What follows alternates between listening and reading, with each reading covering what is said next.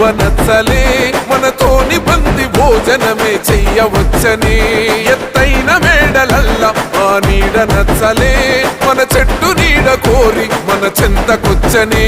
బంగారమసొంటి బతుకు నిడిసినాడు